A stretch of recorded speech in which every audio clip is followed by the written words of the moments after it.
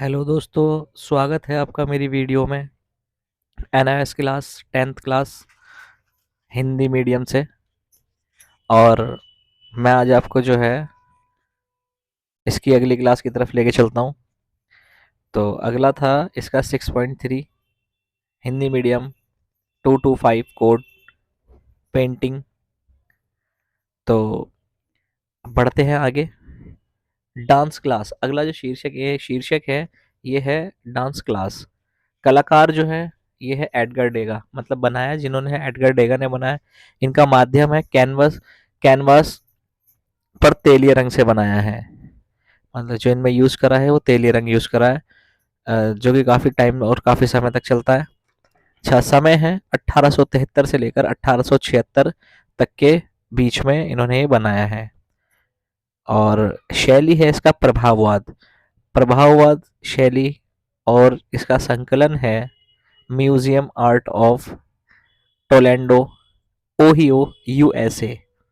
तो ये जो पेंटिंग है यूएसए में रखी है। तो इस पेंटिंग को एक बार देख लेते हैं।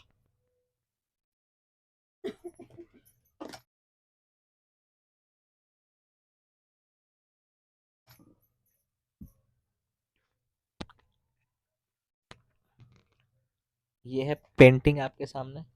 इसमें क्लियर नहीं आ रही, मैं आपको अलग से एडिट करके दिखा दूंगा। चलो आगे क्लास की तरफ बढ़ते हैं, इसके बारे में जानते हैं, पेंटिंग के बारे में। इसका जो पेंटिंग है,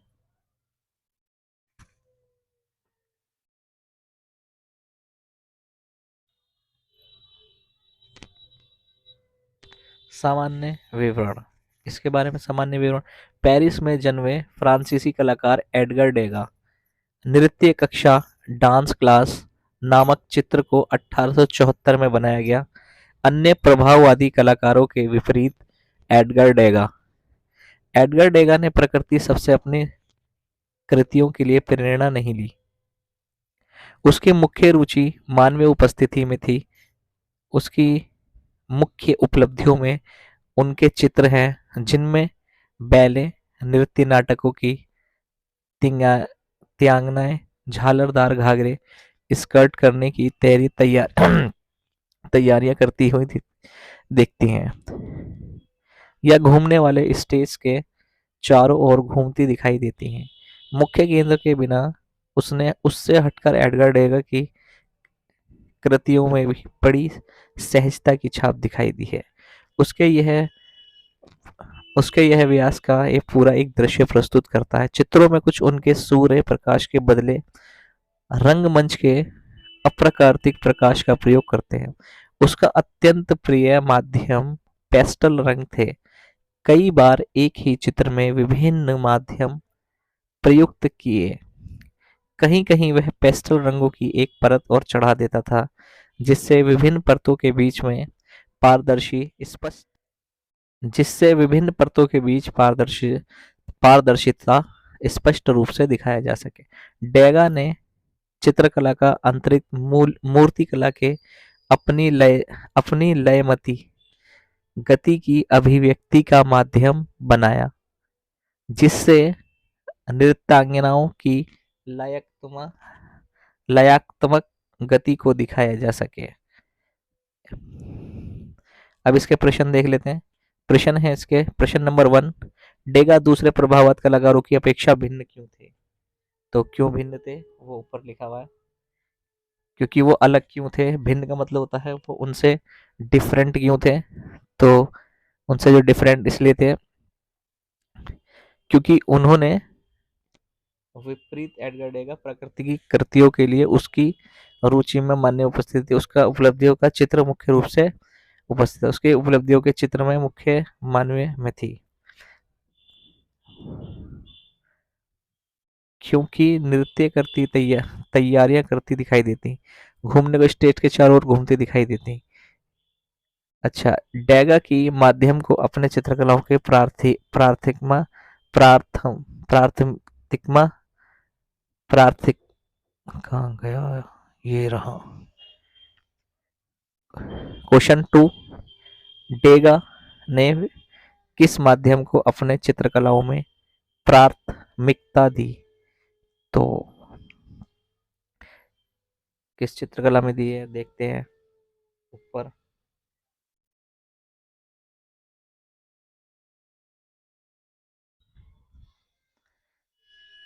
हम्म एडगर डेगा ने नृत्य कक्षा में प्रभाववाद से विपरीत डेगा से हटकर दिखाई थी विकास की दृश्यों को करता चित्र को प्रकाश व रंचमंत्र अप्राकृतिक प्रकाश का किया। तीसरा है मूर्ति क्यों बनाई गई। तो मूर्ति क्यों बनाई, तो एडगर डेगा ने मूर्ति क्यों बनाई, तो एडगर डेगा ने मूर्ति इसलिए बनाई, चित्रकला के मूर्तिकला ने अपनी लयत्म के अभिव्यक्ति माध्यम से बनाया। अच्छा, एडगर डेगा ने डांस क्लास को कब चित्रित किया। एडगर डेगा ने डांस क्लास को चित्रित किया 1834 में। 1834 में एडगर डेगा ने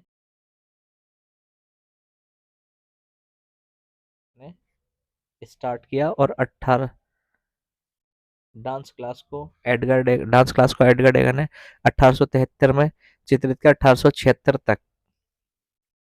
तो अब अब जो है हम चलते हैं आगे। 6.4 still life of with onions. तो ये ऑनियंस जो है क्या है, ये एक चित्र है। चित्र की फोटो है, पहले मैं आपको चित्र दिखा देता हूँ। टेबल पर रखकर कुछ फल, कुछ सब्जियां, कुछ प्याज, छुरी, बोतल, और ये चित्र बनाया गया है और एक कपड़ा नीचे लटकता हुआ। तो स्टिल लाइफ विद ऑनियंस का ये चित्र है। ये ये देखते हैं किस रंग से बना है और क्यों बना है। तो जी इसका जो शीर्षक है, इसका नाम है स्टिल लाइफ विद ऑनियंस। कलाकार है पॉल सेंजा। पॉल सेंजा जो है वो इसके कलाकार है जिन्होंने बनाया है। इसका जो माध्यम है वो है कैनवस पर तेलीय रंग से बनाया गया है। इसका जो समय है यानी टाइम है 1895 से लेकर 1900 तक के ये बनाई गई थी। इसकी शैली है उत्तर प्रभाववाद। तो प्रभाववाद इसकी शैली है। संकलन है उसका मसीदा और से पेरिस। अब इसके बारे में जान लेते हैं, सामान्य विवरण क्या है इसका। पॉल सेंजा पॉल सेंजा जो थे वो 1839 से लेकर 1906 तक के उत्तर प्रभाववादी का युग कलाकार का युग रहा, जिससे अपनी अभिव्यक्ति के लिए नए साधनों की खोज की थी। उसके चित्रों में प्राकृतिक कलाकारों में सरलता व सहजता दिखाई देती है। उसके अनुसार प्रकृति में प्रत्येक वस्तु को ज्यामितीय आकार का ठोस आकार जैसे शंकु, सिलेंडर तथा घन के रूप में बदले जा सकते हैं। मतलब उनका कहना ये था कि अगर कोई भी हम चित्र बना रहे हैं तो उन्हें हम जो सिलेंडर, घन यानी चौकोर बॉक्स, इनके रूप में हम अगर बनाएं तो उन्हें हम बना सकते हैं, ढाले जा सकते हैं। तो इन्हें वैसे पॉल सेंजा को इसके घनवाद के रूप में भी माना जाता है, क्योंकि इन्होंने ही इसकी शुरुआत करी थी। अगली सदी की शुरुआत इन्होंने करी थी। सभी पहचाने जाने वाले परिचित वास्तविक कलाकारों के संरचनात्मक ढांचों को बदल देना चाहता था। उसे अमूर्त निराकार चित्रकलाकार को प्रभाव प्रभाव करने वाले कलाकारों के रूप में जाना जाता है। इसी काल के बाद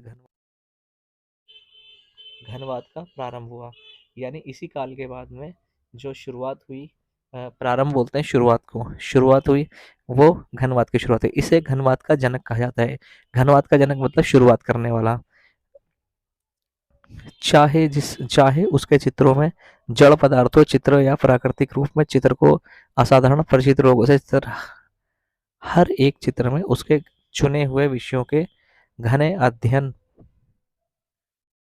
प्रमाण मिलता है। उसके चित्र स्टिल लाइफ विद ऑनियंस में एक जैसे रंगों के भिन्न भिन्न यानी अलग अलग उसके चुने हुए चित्र विषय में गहन अध्ययन का प्रमाण मिलता है। उसके चित्र में स्टिल लाइफ द ओनियन में एक जैसे रंगों के भिन्न भिन्न यानी अलग अलग सामंजस्य से किन्हीं वस्तुओं के प्रकाश, छाया, नए पदार्थ देकर भिन्न स्वरूपों चित्रित किया जाता है। उसके आंतरिक संबंधों को दर्शाने के लिए उसके तथा समतल एक चित्र विमीय विमीय आकारों में सुंदर विन्यास, लाल रंग, पीले और प्रकाश के कंपन पैदा की गई। इसी प्रकार नीले तथा सफेद रंगों के कपड़ों की पर्याप्त संख्या में हवा तथा अंतरिक्ष का आभास कराया सेंजा को हमेशा वर्तमान यानी प्रेजेंट कला का जनक माना जाएगा, क्योंकि इसी कला की शैली ने 19वीं शती के अंत के प्रभाववाद तथा 20वीं शती के शुरुआत की आधुनिक कला का घनवाद के बीच में एक सेतु का काम करती है। तो इसके क्वेश्चन आंसर कर लेते हैं। पहला, घनवाद के विकास में सेंजा का क्या योगदान है? तो घनवाद के विकास में सेंजा का क्या योगदान है, तो देखते हैं इनका क्या योगदान है घनवाद के। इन्हें घनवाद का जनक भी कहा जाता है। पॉल सेंजा जो है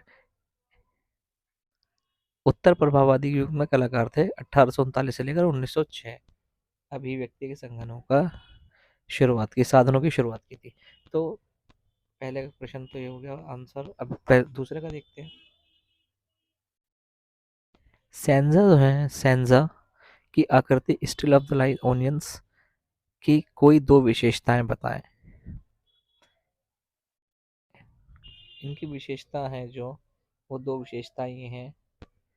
एक जैसे रंगों के अलग अलग सामंजस्य में किसी वस्तु में प्रकाश, पहला है प्रकाश, दूसरा है छाया को एक अलग अलग अर्थ देकर विभिन्न स्वरूपों में चित्रित किया गया है। और दूसरा है रंगों के आंतरिक संबंधों को दर्शाने के लिए उसने साधारण रंगीन स्पर्श किया है।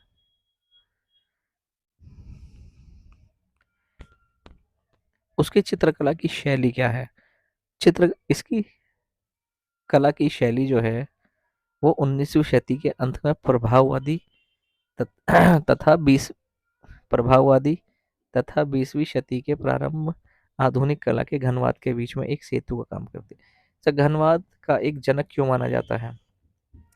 इन्हें घनवाद का जनक इसलिए माना जाता है, चाहे चित्रों या जड़ पदार्थों चित्रण हो या प्राकृतिक रूप से चित्र को असाधारण परिचित लोगों से चित्र हो, हर एक चित्र में उनके चुने हुए विषयों के गहन अध्ययन के प्रमाण मिलता है। इसलिए उन्हें इसका जनक माना जाता है, क्योंकि उन्होंने इसकी शुरुआत करी थी। उन्होंने इसका जो है घनवाद का, इसलिए उन्हें जनक कहा जाता है क्योंकि उन्होंने घनवाद की शुरुआत इन्होंने करी थी। तो अगला हमारे क्वेश्चन ये वाले पूरे हो गए। तो अब हम चलते हैं अगली वीडियो की तरफ, अगली 6.5 की तरफ चलते हैं। इसका नाम है स्टारी नाइट। स्टारी नाइट जो है, स्टारी नाइट, ये इसका शीर्षक यानी इसका जो नाम है वो स्टारी नाइट है। कलाकार है इसमें विंसेंट वैन गग, है ना। इनका जो माध्यम है वो तेलीय रंग है। और समय जो है ये कब बनाया गया? 1889 में बनाया गया। शैली है इसकी प्रभाववाद। संकलन संकलन है इसका national gallery London. Vincent gang, इनके बारे में जान लेते हैं। विंसेंट गैंग ये 1853 से लेकर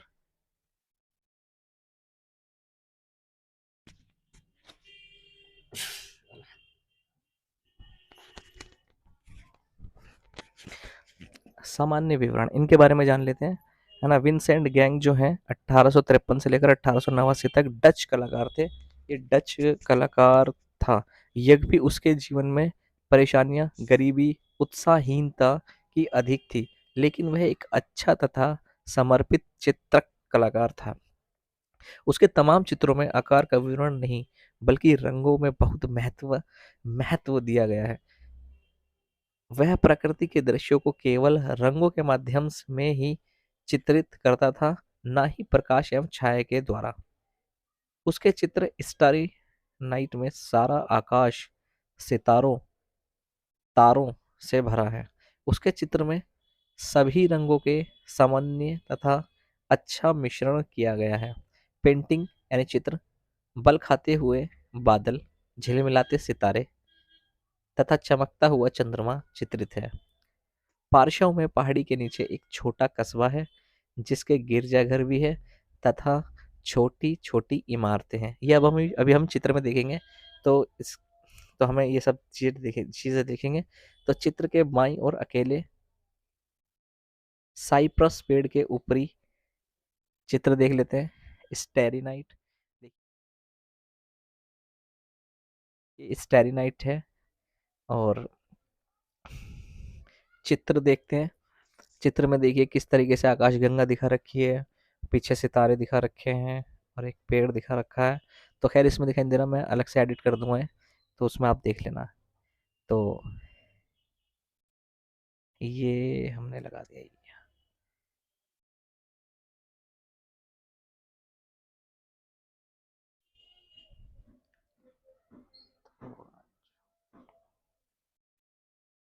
जी हाँ, भाग को एक काली बनावट में दिखलाया गया है। रात्रि में आसमान के तारे अपने ही प्रकाश के क्षेत्र में घिरे दिखाई देते हैं। दर्शक की एक दृष्टि आकाश में तारों की एक नक्काशी को देखते हुए घूमती रहती है। उसके चित्र स्टारी नाइट में नीले तथा सफेद रंगों की गहरी पट्टियों तथा ऐसे चित्र किया गया है कि आकाशगंगा के तारे भंवर में घूमते प्रतीत होते हैं। इस चित्र में इस चित्र में अध्ययन करने पर कलाकार एवं आंतरिक दृष्टि निद्राहीन रात्रि का आभास होता है। वैन गग में सरलता तथा संवेदनशीलता की तीक्ष्णता को अध्ययन करने की दृष्टि थी। वेग गंग प्रसिद्ध चित्रकलाकार और उसकी अन्य कृतियों की सूर्य सूर्यमुखी फूल यानी sunflower, potato eater, wheel field, wheat field तथा साइप्रेसेस बड़ा योगदान दिया। उसके चित्र तथा निजी सोने के कमरे के चित्र का भी उसकी कला में बड़ा योगदान है। क्वेश्चन आंसर पुट अप कर लेते हैं।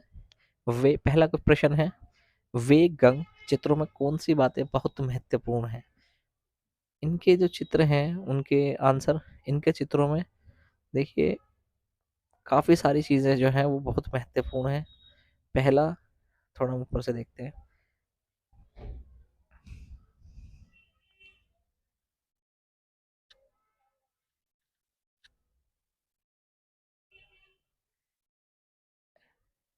एक अच्छा तथा समर्पित कलाकार था। इनके चित्र में जो है, हाँ, जीवन में परेशानियां, गरीबी, उत्साहीनता, लेकिन इनका अधिक आकार में वर्णन, बल्कि इनकी जो महत्वपूर्णता थी वो इसलिए थी ताकि जो इनके जो रंग होते थे वो प्रकृति के दृश्यों को केवल रंगों के माध्यम से ही चित्र चित्रित करता था, ना कि प्रकाश एवं छाया की। स्टारी नाइट के सारा आकाश